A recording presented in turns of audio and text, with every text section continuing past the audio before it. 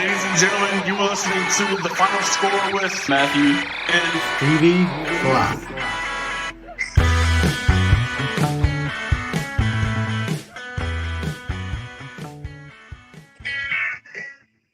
What's up, guys? The Final Score is back again tonight. And look, guys, when I first started doing this podcast, I didn't really do like a weekly thing. I started doing interviews, and I love talking. You know, I'm a Steelers fan, diehard Steelers fan, but I love talking football with anybody, especially with the guy we got here tonight.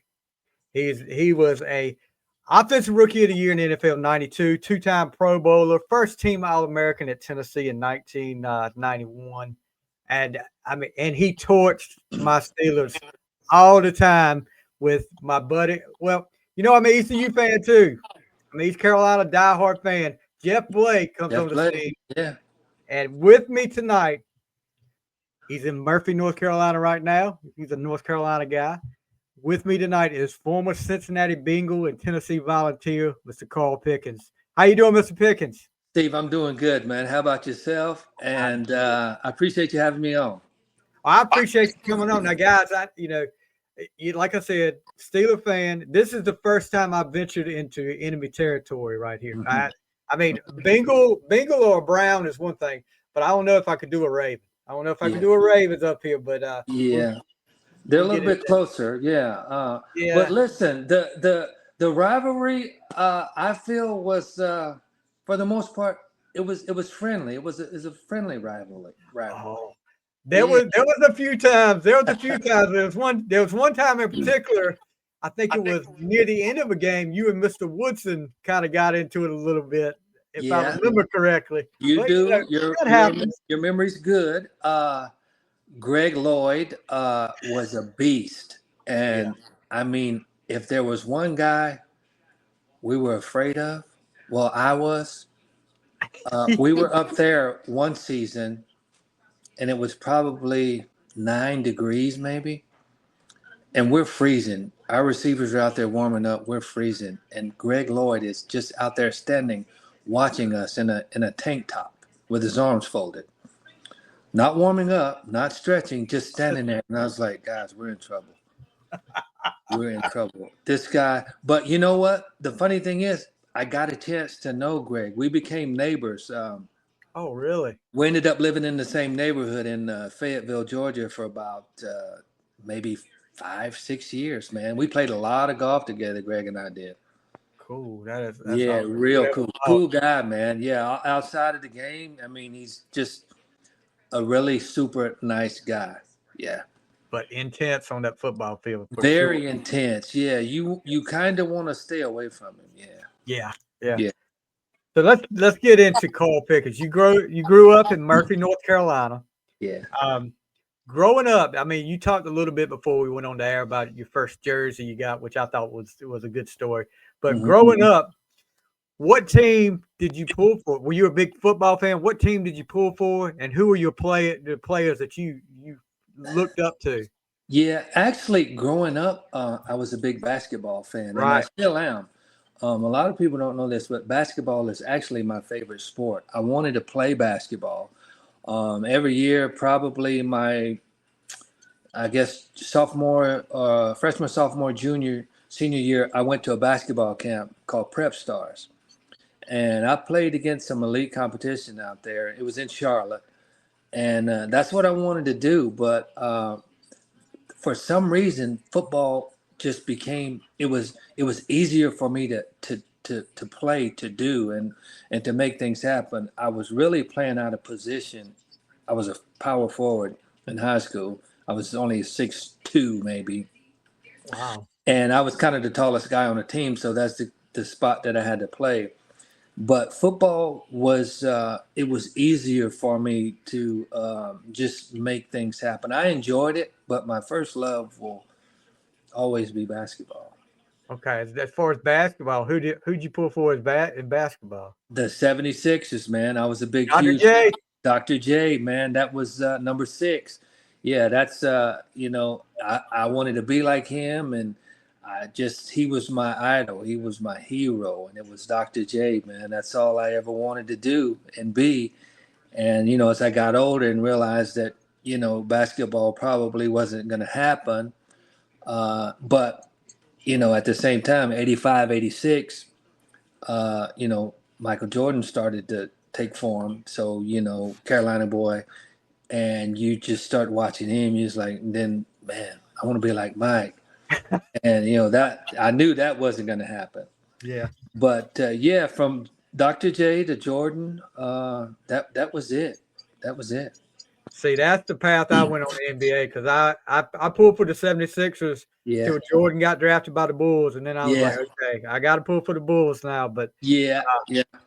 stayed up many late nights because back then you didn't have ESPN showing all the NBA games or TNT. You had to wait to see a playoff game sometimes on CBS, but Yeah. watch many. I remember being so happy when Dr. J, when he got Moses Malone Yeah. and they swept the Lakers in the finals, finally getting the ring for Dr. J. Yeah, man. They had Dr. J, Moses Malone, Andrew Toney, Bobby Jones. Maurice Cheeks. Yeah, Maurice Cheeks, man. I remember that team. Yeah, yeah. They got They it. were awesome. Yeah, yeah. So you just said you figured out football was going to be easier for you. Yeah, it was. I was the somehow I ended up being the second rated wide receiver prospect in the country in '88 behind a guy named Leslie Shepard. I think he was out of Maryland or somewhere up I north. remember him. Yeah, so it was he and I. We were the top two, and I think he ended up going to Temple. I think, but I think he had a visit to Tennessee. I took a visit to Tennessee and I took a visit to South Carolina.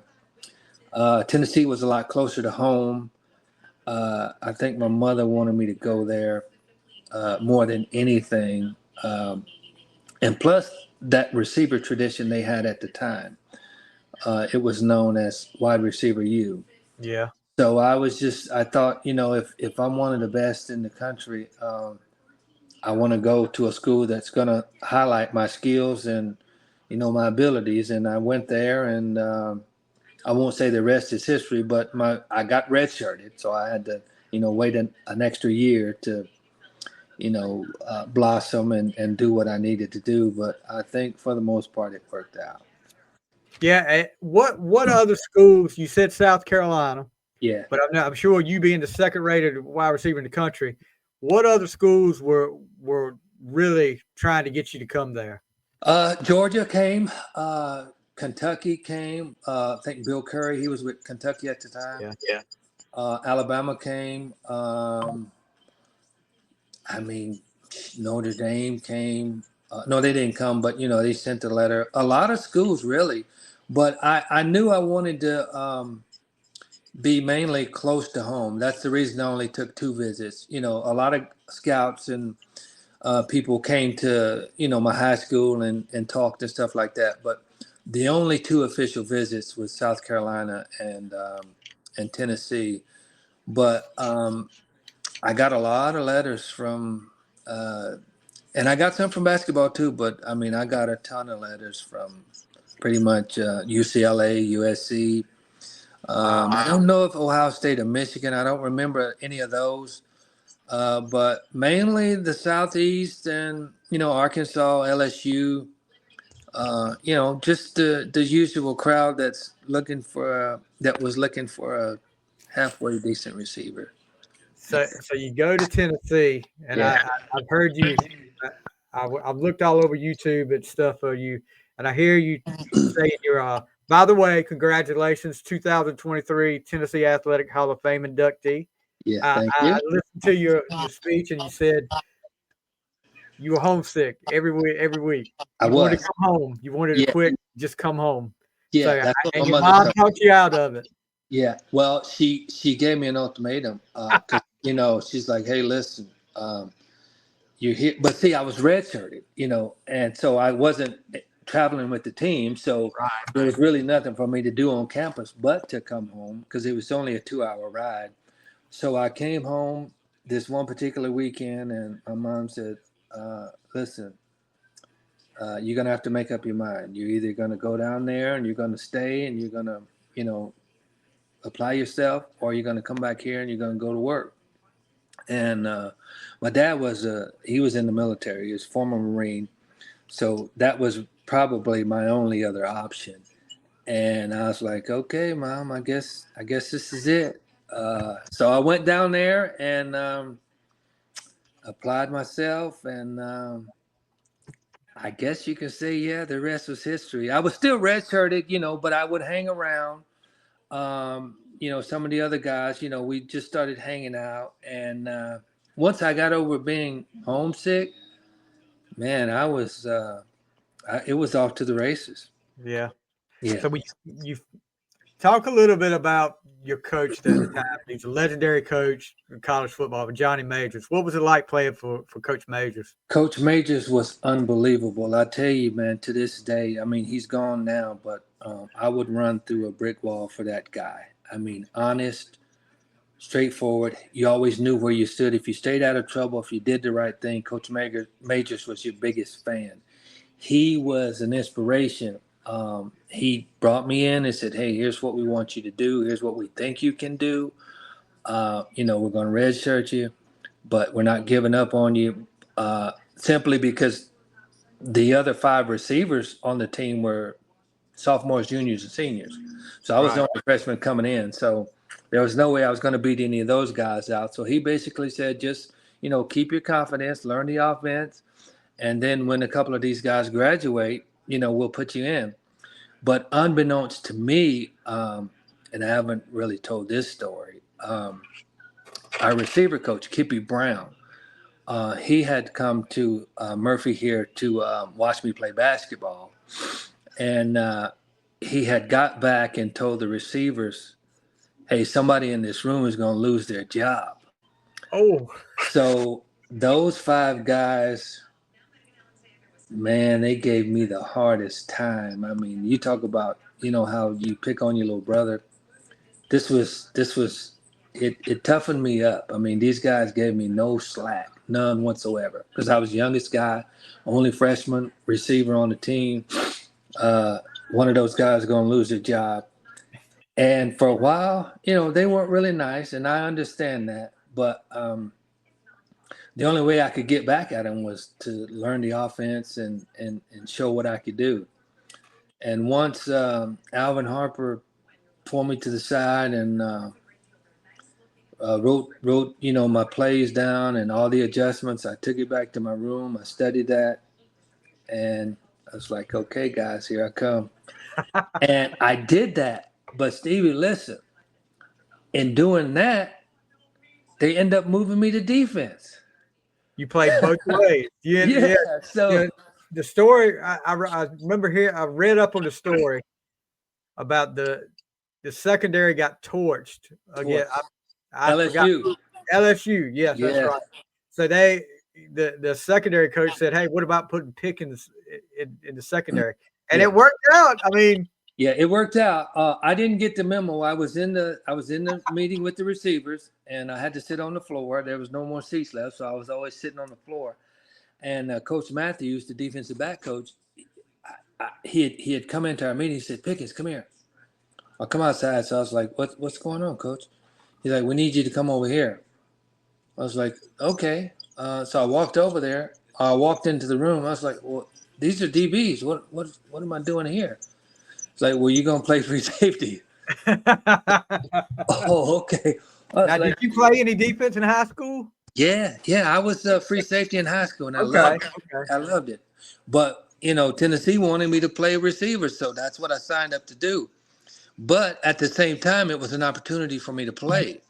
Get on the field. To get on the field. So I just said, hey, and really, they wanted me just to play free safety. So meaning I was free to just kind of roam around, and that's what I did.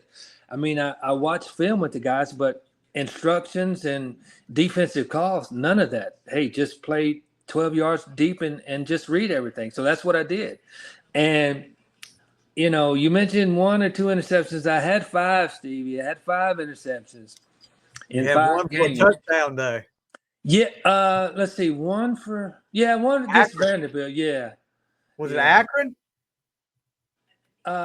Yeah, I got a touchdown against Akron, and I also got a touchdown against.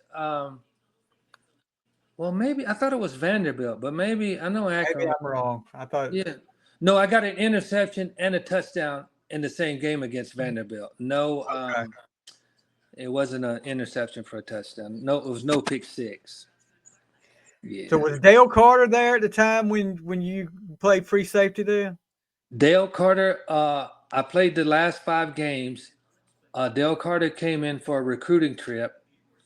And I told him, I said, hey, listen, if you come here and you want to play free safety, it's yours because I'm going back to offense. And I saw him at a game. They took him to a basketball game. So we were sitting there and I was like, Dale, listen, I'm serious. If you come here, you can play free safety because I'm going to go back to offense. Right. And he's like, are you serious? I'm like, yeah. And we shook on it. And he signed and I went back on the other side. So what? And I was skipping around a little bit. Talk a little bit about, and I like to ask everybody, whether it's basketball, football players, the first time you got to run out on that field as a college football player. What was it like the first time you get to run out in that big stadium? Yeah, I was scared to death because you know, and like anybody, I think a lot of young guys, you don't want to mess up in front of that, that large of crowd. You don't want to screw up. You don't want to drop a ball. So it's not that you don't know what you're doing. You're just afraid to mess up because everybody's watching. So once you get over that, once you tune it out, and once I started focusing on the task at hand as far as what I was supposed to do, my adjustments and things like that, it didn't phase me. Yeah, you hear it, you have to hear it. There's 100,000 people there. But at the same time, you really do block it out. It's just like you hear it, but you don't because you're so focused on everything else that's going on around you. But I got used to it in a hurry. Yeah. Yeah. You're playing in the SEC Yeah. for no doubt the strongest football conference for a long time. Mm-hmm. Talk a little bit about that competition, especially back then. I mean, you had the Alabamas, the LSU's, the Georgias, Yeah. South Carolina. Uh, Yeah. Talk a little bit about what it was like playing in that league with that competition. The guys, I can just speak from an offensive standpoint. We had to be on top of our game every week because Alabama had George Teague. Yeah. They had Antonio Langham. These are first round guys. Vanderbilt had Corey Harris. He played pro ball. I think Ben Smith from Georgia was there. I mean, so the SEC was loaded with good defensive backs, good defenses all over. So you had to be, ready to play, and the competition level was really high, week in and week out. You look at some of the weaker teams at that time. Kentucky was still a basketball school, but they still played some good, football. Vanderbilt was a basketball school, but they still played some good football when they had to. So week in and week out, you could, for the most part, lose to anybody if you weren't 100% ready to play.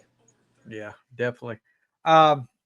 Asking about some of the players, and one of them that you mentioned in your induction speech, and was your special guest, one of your special guests there. Talk a little bit about the influence Andy Kelly had on you at Yeah. Tennessee. Yeah, Andy was, I think he's a year older. But when I got there, Andy wasn't even the starter. Sterling Hinton was the starter. And I was still redshirted. And then Sterling I think he had broken his hand or something. And then Andy came in as his backup. And then he took off. And then I was a redshirt freshman. So from day one, we clicked. I mean, we hit the ground running. I had learned the offense. By that time, he was at the helm, and I don't know. We never stayed after practice. We never watched extra film. We were just on the same page, and it was just chemistry. I can't explain it. We just from day one. I mean, we hit the ground running. You guys had some chemistry there. Yeah. I always like to ask this too. Your first of all, freshman year. Before I get to the next question, freshman year, what was it like getting that big 93-yard kickoff return against LSU at home? That was we were ready to get to halftime, and we were just gonna try to get into halftime because that's the game. The following week, I ended up playing defensive back. Right. So that's the game. Tommy Hobson, I think, or he scorched us bad, and so we just wanted to get into halftime, and so they squibbed it or something, and I caught it, and I was like, hey, we got 22 seconds left. Let's give it a shot. So I took off, and everybody got their block, and I guess I was running around with like a chicken with my head cut off. I was all over the place, but a lot of people don't realize that you can run fast when you're scared. So man, I was gone, and I saw that goal line, and I slowed down a little bit. I was high stepping, and everybody jumped on me, and a little skinny kid from Murphy, North Carolina, taking one back, 93 yards. What a day! I had a kid I coached. Yeah, this has been years ago, and he was fast. He was really fast. Yeah. And somebody asked me, "How'd you get so fast?" That's why I laughed when you said it. He said, "I'm fast because I don't want to get hit." That's right. Yeah, you can run fast, man. If you don't want to get hit at all. But it was just I loved it. I just loved the competitive aspect of it, and just trying not to get touched. I would compete with myself. I don't want to be touched. Let alone tackle. And right. So I just tried to do everything I could, not even to get touched. So this is my question I was going to get to before I had to bring that up and give you that love for that kick return. Yeah. The bowl game experiences. You went to a bowl game every year, but talk about that first year, especially going down there. Was it a lot of distractions? Or the first bowl was Cotton Bowl. The Cotton Bowl. That was my first game, or my first bowl game. There was I think a week off before we went. So, it had already been a long season, and it was about a week off. We practiced a little bit, and I think we got to go home for a little bit. And then, you want to make arrangements, for your parents to get there and stuff. And then we get out to Dallas, and I think we're there maybe 4 or 5 days before the game. So, you just get to see a different aspect of college football. It's not a regular game. It's a bowl game. You get a bunch of gifts, and, your fans are on the road with you. It's an away game, and, you're practicing for 4 or 5 days in a new location. You're in a hotel. So I think situations like that really bring the team together. Right. Because it's you against everybody else. You're on the road. You've got some fans there, but that's when the team really has to come together and everybody have each other's back. And your opponent is from another conference. They're supposedly one of the better teams in their conference. So everybody wants to see whose conference is best, or can this team match up with this team, and we just took it upon ourselves to just hunker down, know what we had to do, know what the task at hand was, and just go out and play, man. I think we jumped on them from the start. Yeah. That was back in the day when we didn't have like 70 different bowl games either, did it? Yeah. The bowl games were what they were, and now, they're making up bowls right and left. But, the Cotton Bowl was my first one. And then I think the second one was the Sugar Bowl, and then the Fiesta Bowl after that. Yeah. I'm looking right now. How did you now? You guys end up your sophomore year with 2 tie games. Yeah. That's just amazing to me. That I mean, because guys back in the days, if you're not old enough to remember, they didn't play overtime in college football back in the day. You just tied. Well, the 2 games that we tied Colorado, in the Pigskin Kickoff Classic. Game of the year. Yeah, and then we tied Auburn. Yeah. Because we missed a field goal. But yeah, that was weird because well, we should have actually beat Auburn. They came back and tied. They came back and really beat us, but it was a tie game. But yeah, there was no tiebreaker or 20-yard line and this or that. So yeah, but we never beat Alabama though. My whole remember, we never beat Alabama. Yeah. One of the craziest games I remember, because you guys played Notre Dame. Notre Dame was #1. Right. Then, if I remember right, didn't you guys jump all over them, and they came back and won that game at the end? Yeah. They came to Knoxville, and we were pounding them pretty good. Rocket Ismail returns a punt or something, and that put them over the top. We're driving, about to score to win, and we just made a mistake. I'm not gonna say what happened, but we just made a mistake, and they end up beating us down there in Knoxville, and we remembered it. We took it to heart, and that next year we went up there and got those guys back. Yeah, because I just remember, back then, Saturday afternoons, especially number team, because NBC was Notre Dame broadcasting the system over there, and you were seeing it all the time up there. Yeah. And then the next year, you guys get them 35-34. So you pay back at Notre Dame in front of touchdown Jesus. So those were the days. Yeah, those were the days when, you know what? I mean, I love football. Don't get me wrong. I love football. Mm-hmm. But right now, it just ain't the same as it was back then. You know what? I agree with you on that.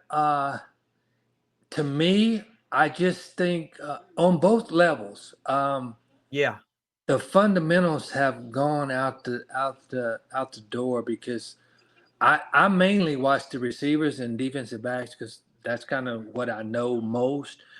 I don't see guys. I mean, I would compete for a 50-50 ball, because I don't have to be open to make a play. Right. And I just feel like, if the ball's not right there where it's supposed to be, the guys don't make a play. And I don't know if they're not being taught that, or just they're not putting any effort in. But I just don't see. I mean, there's a lot of athletic guys. Don't get me wrong. I mean, there's some great players, both college and pro. But I think just the fundamentals have gone for the most part. I think everybody, has a highlight reel, and they're number one or Power 5 high school or something, whatever they call it. The top 5-star recruit, and I guess they feel like they don't have to work as hard. But to me, hard work, there will never be an excuse for hard work. And I just think it shows in the way you play. Like Coach Majors always used to say, you're going to play, how you practice. That's what I say. You practice like you play. Exactly. Yeah. There's another Pickens out there playing wide receiver right now for my boys. He's pretty good. Yeah. No Ken, right? No, he's not. We're not related. Again, I don't know. I don't know his dad. I don't know his grandfather. It would have to be on their side. Right. But I don't think we are. It would be cool if we were related. A lot of people ask me that. A lot of people just assume and start talking. I was talking to a guy the other day, and he's like, "Yeah, your son. I was really pulling for him." I was like, "You were?" He's like, "Yeah, George, and he this and he did that." And I was like, "Well, it's like, if I tell you something, you promise not to tell." And he's like, "Yeah, Carl, what is it?" I was like, "He's not my son." He's like, "What? Oh, I'm sorry." I said, "No, don't be sorry. He's just not." Yeah. It's kind of ironic though that It is. It's crazy. It's play what wide receiver. I know. What a coincidence. Wide Yeah. receiver in the SEC goes to my rival. Yeah. So And I guess, he's one of them. You talk about the 50-50 ball. yeah, He's one of them that will go up for that 50-50 ball. he'll go get it. Yeah. Yeah. And a guy like DK Metcalf will go get it. Yeah. A guy, the guy from that just signed with the Chiefs, DeAndre Hopkins, he'll go get it. I Yeah. like this game a lot. Yeah. Well, I'll tell you what, as far as you going out to the 50-50 ball, I'll tell you one guy that knows you will is Dwayne Washington because you got him a couple of times. Yeah. Yeah. I remember Dwayne. Sorry, but that's the truth. Yeah. Because that game with the fake spike, Yeah. the play before that, there was a freaking moon ball that Neil O'Donnell threw that you went up and got, and that should have been because Dwayne Washington was sitting right there looking at it, and you went up and took it from him. Yeah. Gosh, no, it made me cuss that day too. Yeah, Dwayne was he was a good corner. Dwayne and I, we had the same agent. I didn't really know him that well, other than just playing against him. He was quiet, Right. didn't say a whole lot, but he did his job, and that particular day, I got the best of him. So it worked out in my favor, I guess. Right, you did, yeah. Junior year, you decided to declare for the draft. Yeah. Before we get into that, what would you say your favorite memory at Tennessee football was? Well, that's easy. The Notre Dame game up there in South Bend, they were still ranked pretty high. They had Rick Meyer, Jerome Bettis, Ricky Waters. I think he was still there. So they were ranked pretty high. And nobody gave us a chance whatsoever, man. Just the guys in the locker room, our staff, our fan base. That was about it. And we went up there, man, and we came back, and we were down maybe, 16, 18 points at halftime. And Coach Majors just said, hey, guys, just calm down, relax, and he said a couple of things, first 5 minutes of the third quarter, if we can get a score, we can get back in. And we did it, that's why they call it the miracle at South Bend. We went to work, man. And so that will probably always be one of my favorite games. Definitely. That was a good game too. Yeah. Tight game to watch. So you declare for the draft.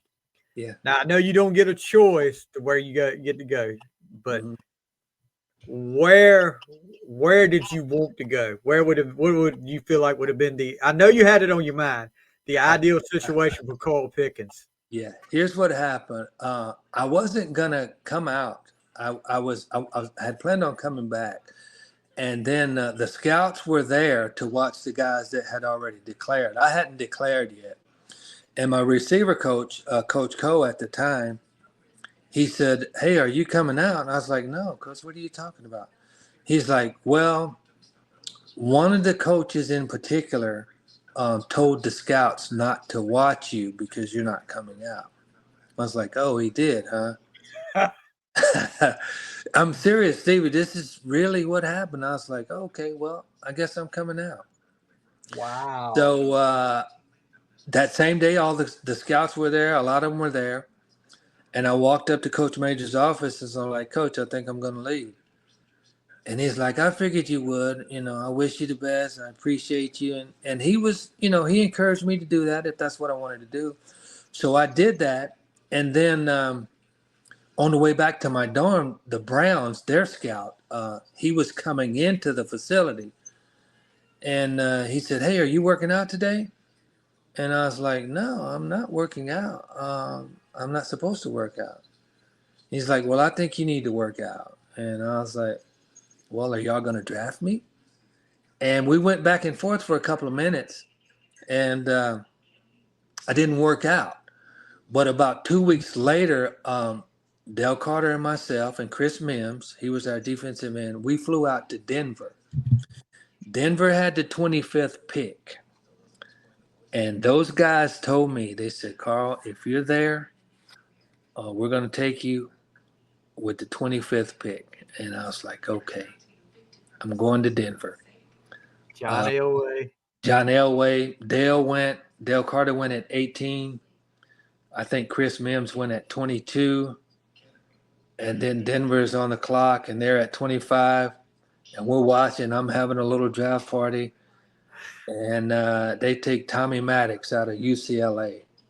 See, Oh, I was sick. Oh, I was crushed.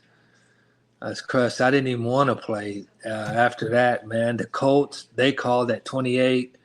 It's like, hey, we got the 28th pick. Do you want to be a Colt? And I was like, I don't even know, man. I was crushed. I'm serious, Stevie. And then they end up taking, they took Ashley Ambrose. Yeah.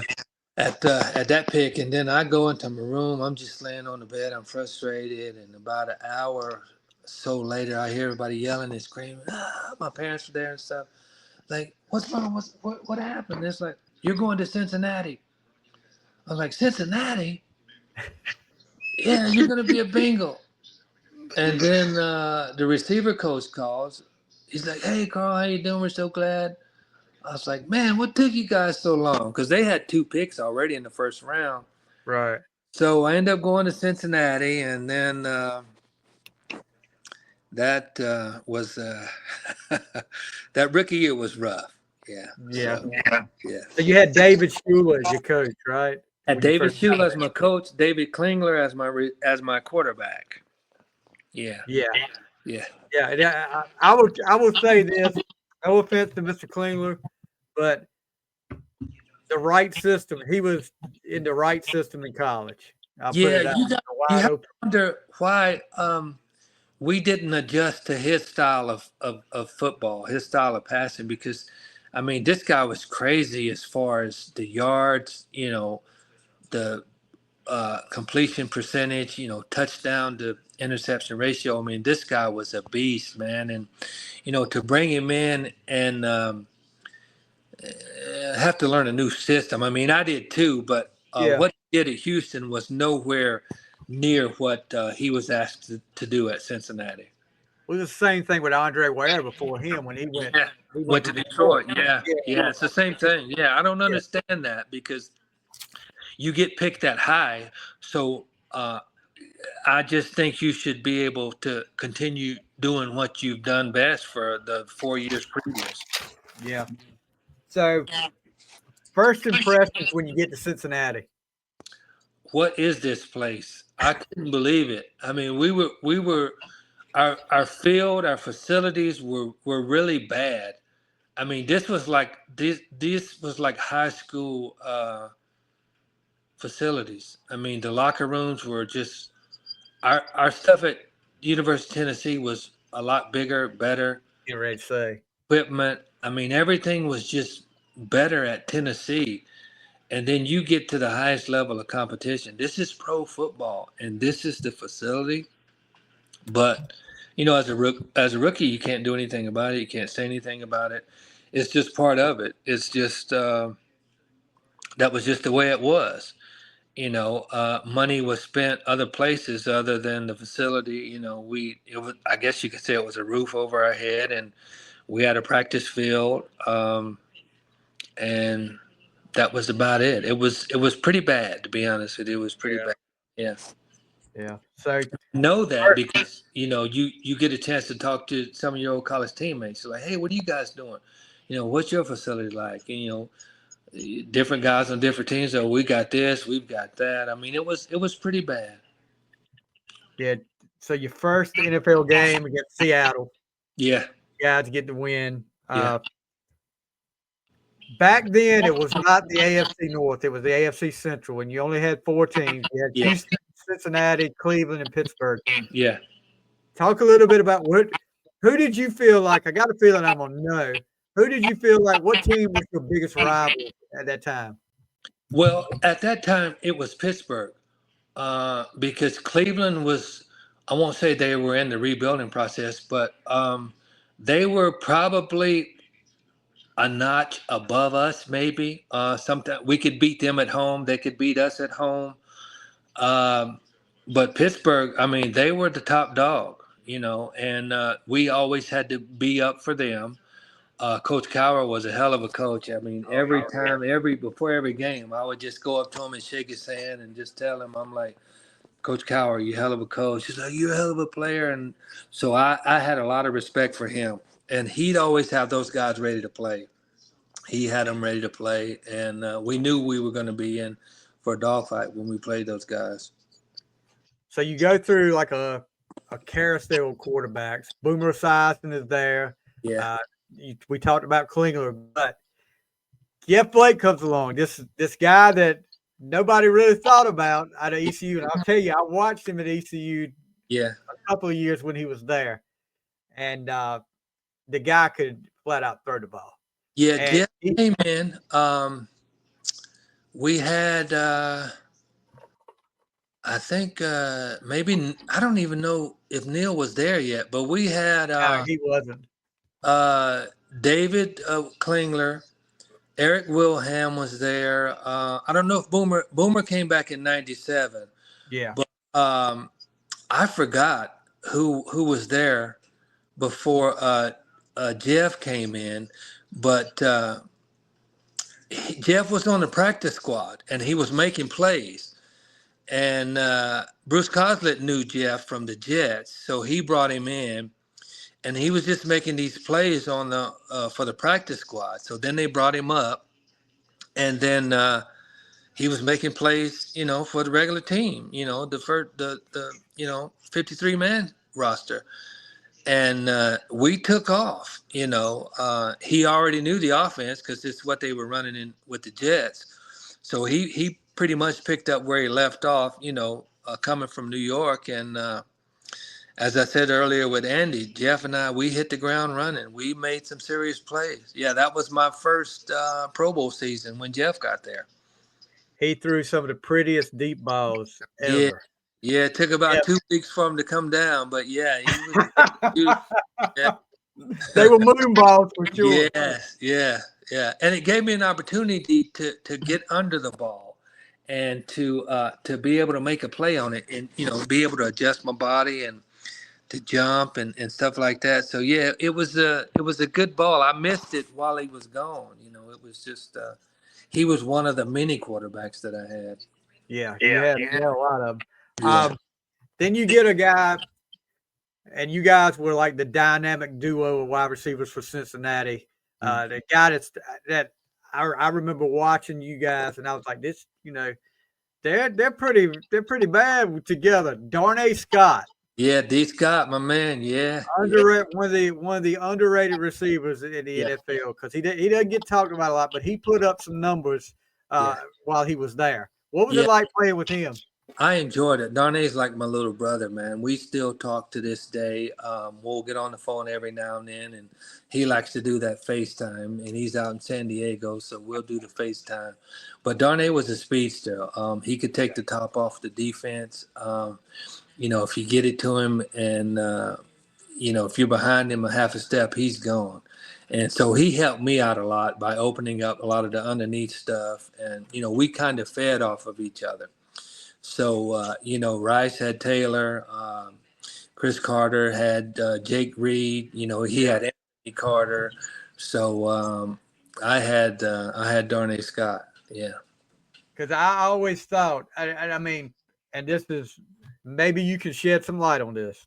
Yeah. And I got a feeling I think I know what the problem was, but that offense that you guys had, I was like, with Blake and Scott and Pickens, and then Corey Dillon comes along. 98. Well, I mean, I was like, these guys are going to be good. They're building something. But what was missing there? I think there was just no stability. I mean, yeah, we could win. I think the year you're talking about in particular, or maybe the year before that, we had won like 6 games in a row. So you go into the offseason thinking that we're going to build on that, and then maybe 1 or 2 guys leave, or, Boomer's not the quarterback next season, or Jeff, he's ready to go. So it was always like we had to start from scratch, in the new season, in the next year, because, some of the guys were back, and some were gone. So it was just it was like we were always rebuilding because there was no stability. Because guys really didn't want to play there. I mean, it's just Yeah. there was no motivation. I mean, winning 3 out of 16 games, it takes its toll on you. Winning 7 out of 16. It's just 8-8. That was a great year. You go 8-8. I mean, who's proud of that? It, But we had good talent. Corey ends up going to the Patriots, wins the Super Bowl. He was running the same way in Cincinnati. yeah. You didn't see it because of the losing, or you didn't see it because of CBS is not going to put a 3-10 team on TV. That's just the way it was. How frustrating did that get for you? Man, I'm telling you, it got to the point to where I left. I mean, I had enough. The '99 season, before I had re-signed, I was talking to management, and they said, we're going to do this. We're going to bring some guys in. It didn't happen, and I was like, 8 years of this, I can't. I mean, I'm a competitor. I like to compete, and always setting yourself up to lose, to fail. It took its toll on me. And the money was good. The contract was the first couple of years was guaranteed, but I'm like, I can't Well, do it. I mean, I know it. It's like I said, I know it's a job, and I'll say this about some of the free agent deals that come Yeah, along now. And yeah, I'm not going to mention any names, but there's a quarterback out there that pretty much wiped out his team salary cap, where he yeah, can't have weapons around him. And I know it's a job, and I know you want to make money, but you also want to be able to put people around you. The ultimate goal is to win a Super Bowl. yeah. And it's changed so much since then. It's more of a it feels like it's more of a business now. Uh, Well, the goal of Super Bowl is for some teams. I feel like that, and I kind of know what you're alluding to. Yeah, that's the goal for the majority of the teams, but there's some teams that it's just not in the cards. I mean, you know, Cleveland. Um, yeah, you want to win a Super Bowl, but it's just not going to happen. I mean, because you don't have the right players. Management is one thing, but you've got to have players that you know that's their goal. I mean, and you look at the league now. Some guys are just happy getting paid. Now the money's guaranteed. I mean, yeah, 20-30 million dollars. Uh, why are you going to stay after and run wind sprints? I mean, why are you going to go work out? I mean, you got $40 million in the bank. Over a 18-week period. yep. So, And what is the motivation? I mean, and I can't really say anything because I never got to that. I played high school football, but Yeah, I mean, I wanted to win. I mean, exactly, I exactly. wanted to That's the win. goal. Yeah, And yeah, as a coach right now, I coach right now, and I want to win. I can't yeah, stand to lose. yeah. And it's different with some of these people nowadays. I think the money pacifies a lot of the guys, and it should. If that's your goal. But like you said, hey man, I want to win the Super Bowl. With that comes prestige. With that comes, you're in an elite class. Yeah, you're in Exactly. a class because you're in the league. But when you win a Super Bowl, man, I mean, that's it. That's why you play as a little kid. You dream of, Play in the you know, backyard, you're thinking yeah, about a Super Bowl. backyard, diving, catching the ball. And so and for some there's no price tag on that, but for some people it is. Yeah, it's a different. So you end up leaving Cincinnati and you Yeah, go to Tennessee for a couple of years. yeah. Talk about the difference there between that and Cincinnati. Night and day. When I get to Nashville, you I mean, it was just the little things. I mean, you could get all the team gear you wanted. you could get your own seat on the plane. I mean, it was just there's a lot of stuff that's just different. I mean, the facility. I mean, this was like 5-star. I mean, the food was prepared there. It wasn't, box. I mean, there's a lot of stuff. But then prior to me getting there, they had won, I think, 13 games before, Right. the previous year. And then I get there. No, they had just come off the Super Bowl Yeah. The in Super Bowl year, Atlanta. So, 99. I mean, the vibe was positive, 100%, man. And, everybody was working toward the same goal. Guys were staying after practice. We practiced hard. And then guys talked to each other. Guys hung out. Guys made sure everybody else was okay and everybody was on the same page. You talk about a team effort, a team goal, a team mindset. That sameness. Everybody thought the same. I enjoyed it. I did. But they weren't really throwing the ball that much because they had, we had Eddie George, so he's got to get his, which was fine.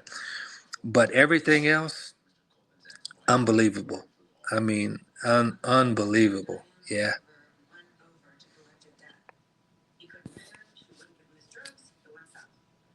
Stevie, don't do this to me.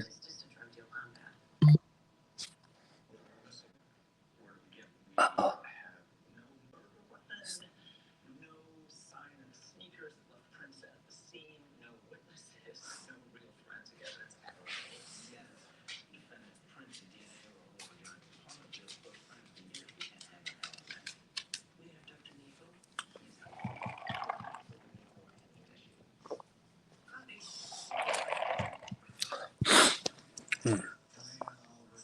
I didn't get it.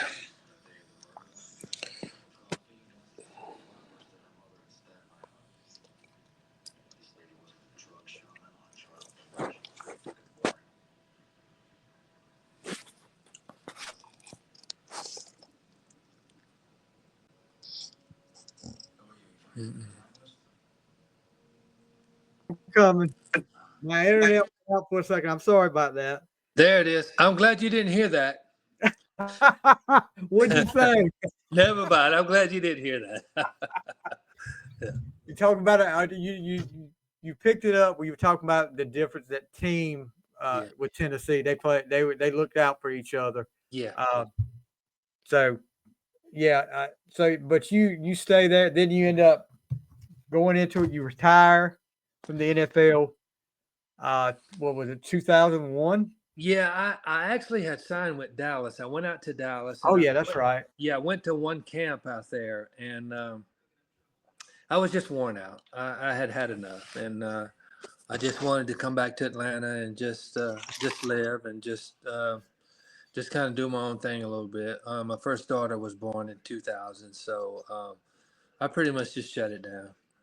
All right. So you finished your career 540 receptions, 7,129 yards, and 63 touchdowns. So I mean, a good career in the NFL.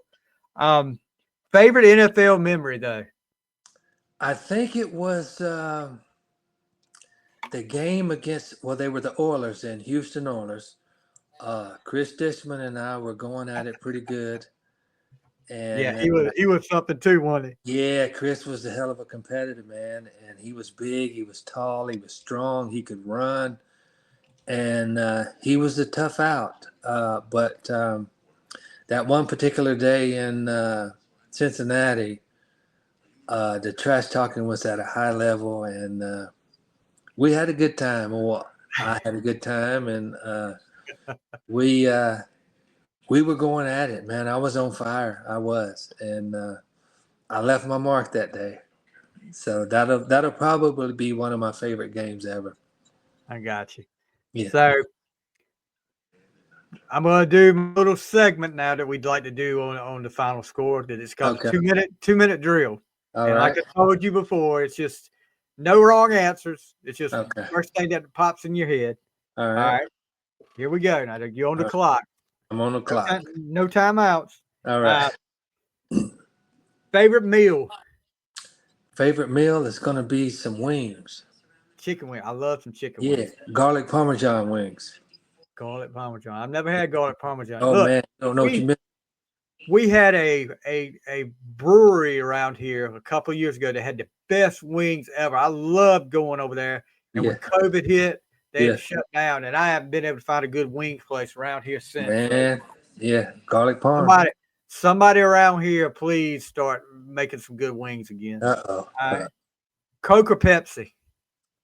Coke. Okay. Favorite place to play in the NFL and in college besides your home field? Favorite place to play in the NFL was Denver. The favorite place to play in college was Auburn. Okay. Who was the guy that trash talked you the best, whether it was NFL or college? Who was one of them you said, gosh, no, I got to up my game for this? Oh, that's easy. Dale Carter. Dale Carter.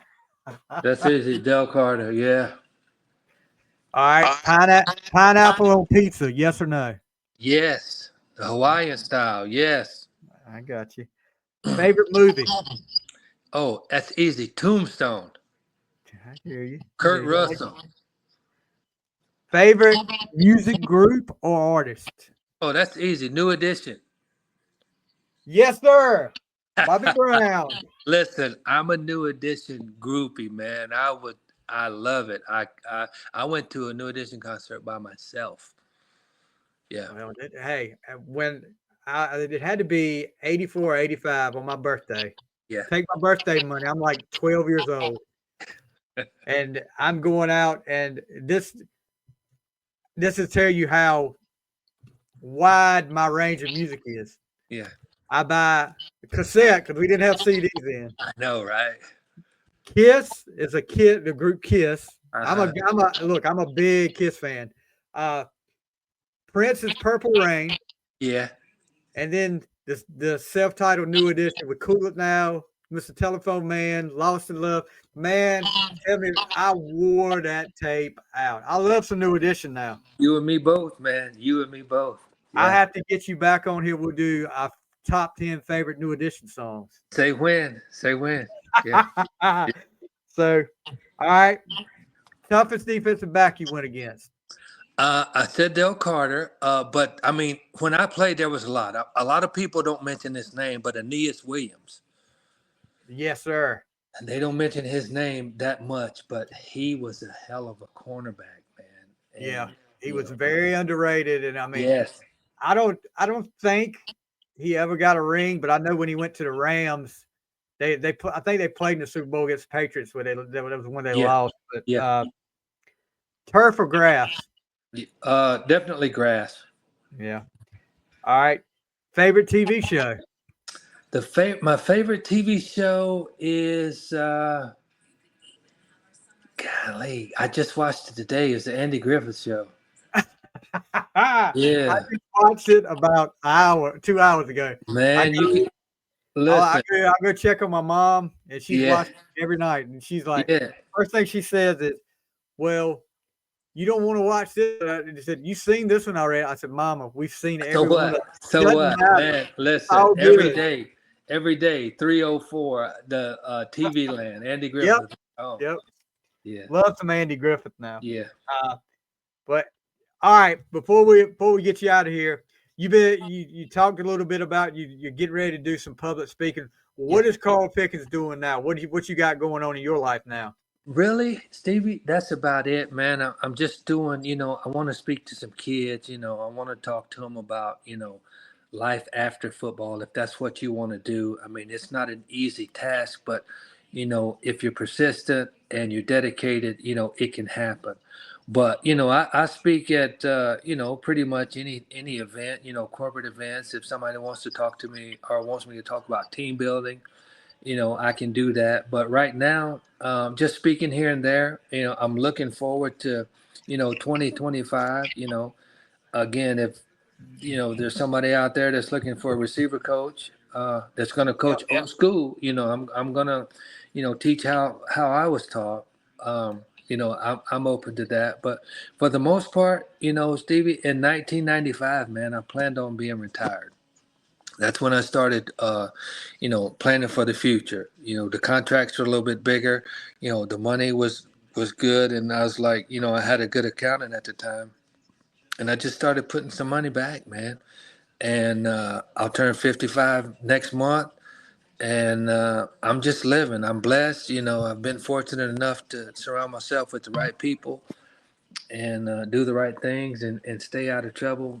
God has been good to me, and I'm just living, man. I'm just making the rounds, and gonna go on a bike rally. I'm gonna go down to Daytona next week for the bike rally. I'm gonna go down there.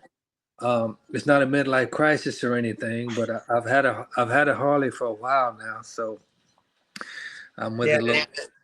The guy I work for, my full-time job, I'm a meat cutter.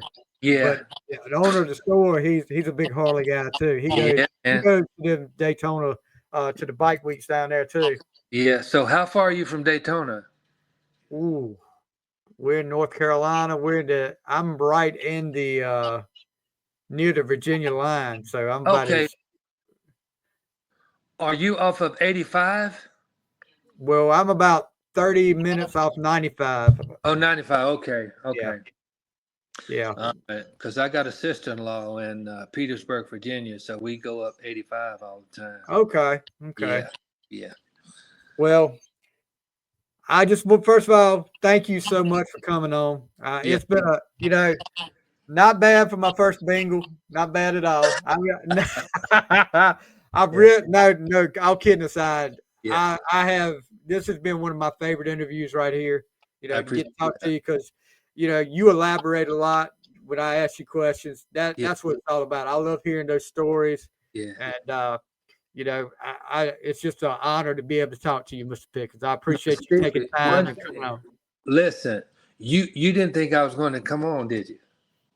Well, let me tell you this. There's a lot of guys out there that, I learned a long time ago from a guy that does a radio show that I used to come on his radio show. Yeah. And when I first started, I was like, I don't know about asking these guys. I don't want to bother these guys. Yeah. And he was like, if they tell you no, what have you lost? Right. And when you popped up, because I had, to be honest with you, I hadn't even checked LinkedIn in I don't know how long. Yeah. And I popped on that check and I saw you had accepted my friend request. I was like, okay, I'm gonna ask him. He and then when you popped up and said, yeah, well, absolutely. And I was like, freaking awesome there. And I was like, I had my hopes up, but look, there's been a few of them. There's been about a handful of them that have flaked out on me. So I'm always thinking about that in the back of my head. But I had confidence you were coming on, especially after the last week when we had been talking back and forth. Yeah. Well, Steve, I think a lot of guys get caught up in, being a football player or being a star or being a celebrity. Right. And that's fine, but at the end of the day, if you say, hey, Carl, let's talk. Okay, then, let's talk. Yeah, I played football, but that's not who I was. I'm an old country boy from Murphy, North Carolina, man. That's all I'm ever going to be. So, oh no, you don't have enough followers or you're not big enough. Hey, if you want to talk, let's talk, man. That's just kind of the way I am, man. See, and to get somebody that had a career like you, it's freaking awesome. And I mean, I love talking football. Yeah. And I'm a stickler for my research now because I was looking up Carl Pickens YouTube, Carl Pickens everywhere. Yeah. But man, I have enjoyed this so much, and I'm serious. I'll get you back on because I got a music podcast too. I'm gonna get you back on for the new edition one now. Now, music is my thing, so let's do that, Stevie. Lock me in. But listen, check me out on Instagram now. Oh, you're on Instagram too? Yeah. Tell your people. Right. Yeah, tell your people where you're at on your socials. I'm at the Carl Pickens on Instagram. Okay, we'll definitely put that. Yeah. We'll put all your links up. We'll put that link up there, and then get you some people over there. Give me some people over there. I'm gonna be doing some stuff this year. Have some videos on there of me and some stuff from the past and some future. May have a song or two on there. You never know.